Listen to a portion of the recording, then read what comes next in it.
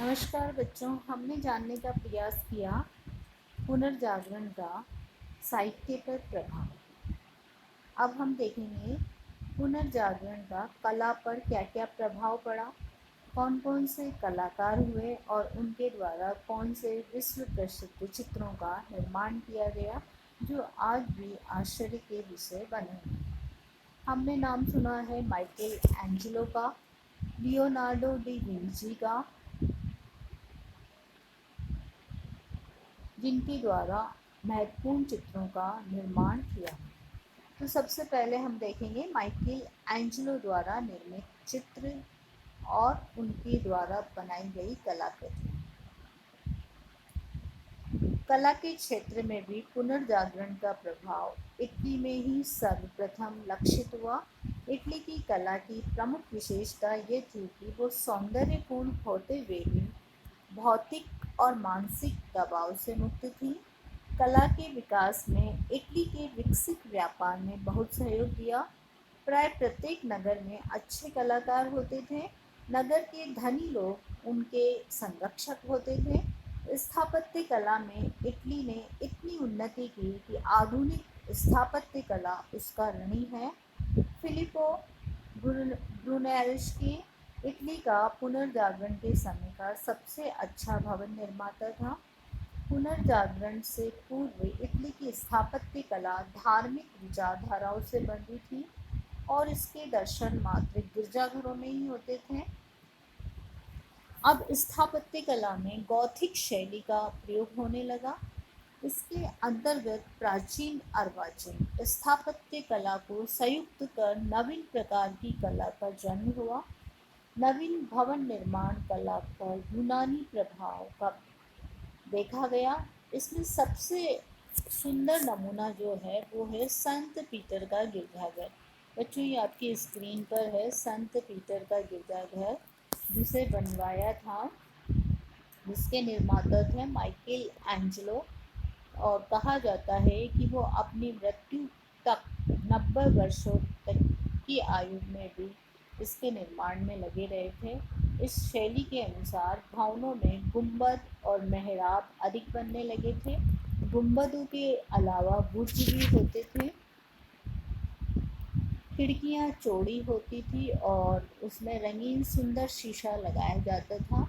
इस समय इटली के विख्यात भवन निर्माताओं में माइकल एंजेलो प्रमुख थे।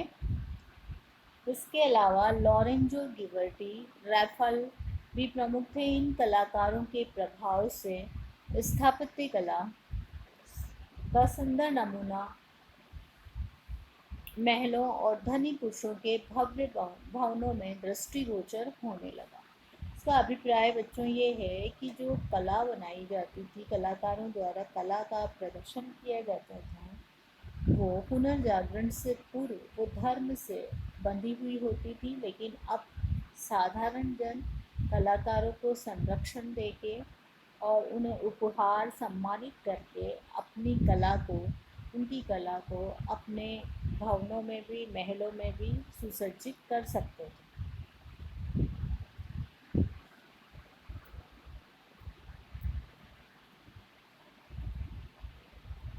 इटली की चित्रकला भी फ्लोरेंस नगर में विकसित हुई।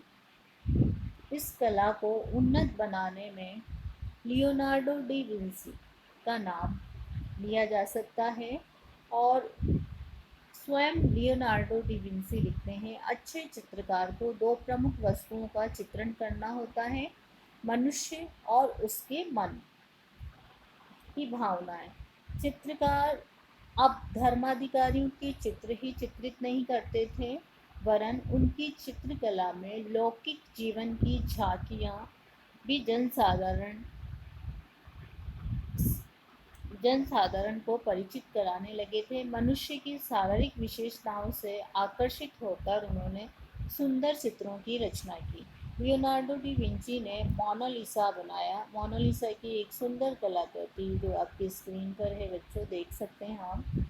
और लास्ट सफ़र, उनके अनुपम चित्र हैं। ये लास्ट सफ़र है और इसमें ये दिखाया गया है माइकल एंजेलो को भी इस कला को उन्नत करने का श्रेय है।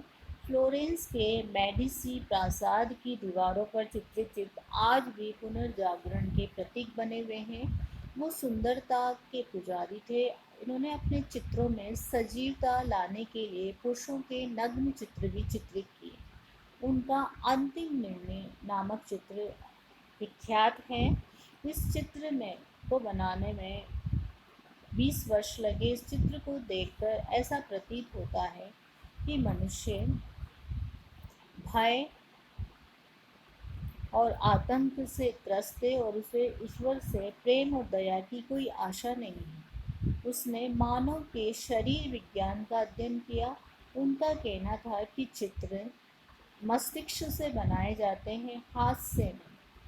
उसने मनुष्य को सृष्टि की सबसे सुंदर अभिव्यक्ति माना है। एंजेलो ने अपनी इसी धारणा पर 145 चित्र बनाए। उनके अंतिम निर्णय के चित्र में ऐसा आभास होता है कि अपने जीवन काल में अधिक ख्याति नहीं मिली। ये लास्ट जजमेंट माइकल एंजेलो का चित्र है, जो पुरुषों के शरीर के नग्न चित्र भी इसमें चित्रित किए गए हैं। संत पीटर गिरजाघर की भीतरी चित्र उसके आज भी चित्रकारी के लिए आश्चर्य के विषय बने हुए हैं। चित्रकला में प्रकृतिवाद का प्रथम प्रवर्तक जियोतो था। राफेल भी माइकल एंजेलो की भांति चित्रकार था और उसने मातृत्व और वात्सल्य के विषय के आधार पर चित्रों को चित्रित किया। उनका सिस्टाइन मैडोना, ये सिस्टाइन मैडोना एक ऐसा चित्र है जो जिसकी गणना विश्व के सुंदर चित्रों में की जाती है। राफेल हैं, विश्व प्रसिद्ध चित्रकार हैं और उनका जो प्रमुख चित्र है सिस्टाइन मैडोना, जो आपकी स्क्रीन पर चल रहा है बच्चों, आप देख सकते हैं। माँ का वात्सल्य, माँ का प्रेम अपने पुत्र के प्रति किस प्रकार का है वो इसमें दिखाया गया है।